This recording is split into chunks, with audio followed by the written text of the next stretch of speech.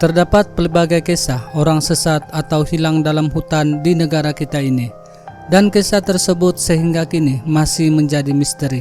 Pernah terjadi beberapa kes yang menggemparkan rakyat Malaysia, di mana beberapa individu atau berkumpulan yang sesat di dalam hutan. Dan apa yang mengejutkan adalah ada beberapa individu yang sehingga saat ini belum dijumpai, dan sebahagian kes kehilangan pula telah berjaya dijumpai. Pelbagai kisah yang dikongsikan oleh mangsa sesat atau hilang di dalam hutan yang boleh menyebabkan bulu roma kita meremang apabila mendengarnya. Berikut pula 2 kisah tragedi orang sesat atau hilang di dalam hutan yang sehingga kini masih belum ditemui dan kekal menjadi misteri.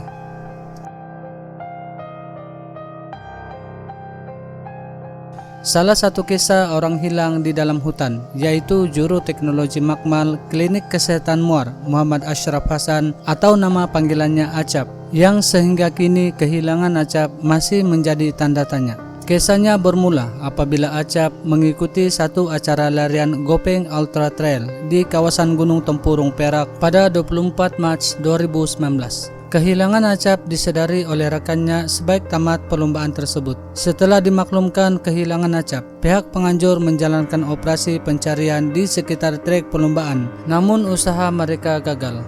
Kemudian laporan polis telah dibuat di Balai Polis Gopeng pada jam 1.09 pagi dan SAR telah dijalankan untuk menjejaki Acap. Antara yang terlibat menjalankan SAR adalah Polis Diraja Malaysia, Jabatan Bomba dan Penyelamat Malaysia, pasukan keselamatan lain dan bantuan penduduk kampung. Pasukan SAR menemui jalan buntu dan gagal menjejaki Acap, dan operasi SAR terpaksa dihentikan pada tanggal 17 April 2019. Walaupun SAR telah dihentikan, keluarga serta rekan-rekan Acap tidak berhenti untuk berusaha menjejaki Acap, terutamanya abang Acap yaitu Muhammad Zahiruddin. Muhammad Zahiruddin bersama pasukannya akan berusaha menjejaki Acap pada setiap hujung minggu dengan harapan Acap akan ditemui. Sehingga ke hari ini, Acap belum ditemui dan kehilangannya masih menjadi misteri walaupun pelbagai usaha dijalankan.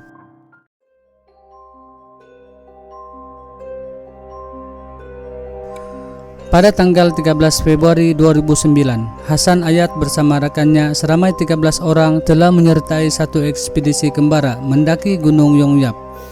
Pendakian mereka bermula pada awal pagi Sabtu 14 Februari di Sungai Renggil. Setelah hampir 16 km berjalan, kumpulan ekspedisi mereka tiba di Kem Agas dan bermalam di kem tersebut. Keesokan harinya, yaitu pada tanggal 15 Februari, mereka meneruskan perjalanan menuju ke puncak Gunung Yongyap. Hasan dan rakan-rakannya tiba di puncak Gunung Yongyap sekitar jam 11 pagi dan berehat di puncak gunung tersebut selama kira-kira 1 jam. Setelah sejam berlalu, kumpulan ekspedisi tersebut memulakan perjalanan pulang menuruni gunung tersebut. Semasa turun untuk pulang, Hasan Ayat telah dipintas oleh rakan pendaki-pendaki lain disebabkan Hasan bergerak agak perlahan kerana masalah sakit lutut. Pintasan ini adalah kali terakhir Hasan dilihat oleh mana-mana ahli kumpulan ekspedisi berkenaan. Kehilangan Hasan mula disedari apabila ketua ekspedisi memulakan pengiraan ahli setelah mereka tiba di tapak kem Agas sekitar jam 4 petang. Setelah itu, semua ahli memulakan pencarian namun gagal. Mereka memutuskan untuk meminta bantuan pihak berkuasa dan membuat laporan polis. Walau bagaimanapun, kehilangan Hasan belum mencukupi 48 jam untuk ditakrifkan sebagai orang hilang. Pihak berkuasa menerima laporan dan mula menggerakkan usaha mencari dan menyelamat pada 17 Februari. Usaha mencari Hasan dijalankan secara besar-besaran namun menemui jalan buntu kerana kekurangan petunjuk. Hanya bukti-bukti kecil seperti tapak kasut, kesan bermalam dan sisa tumbuhan yang cuba dimakan. Selain daripada itu, terdapat juga satu kecurigaan di mana pasukan pencari menemui beberapa batang kayu teguh yang menutupi trek laluan dari puncak Gunung Yongyap ke Gunung Bubuh didapati jatuh seperti dilanggar.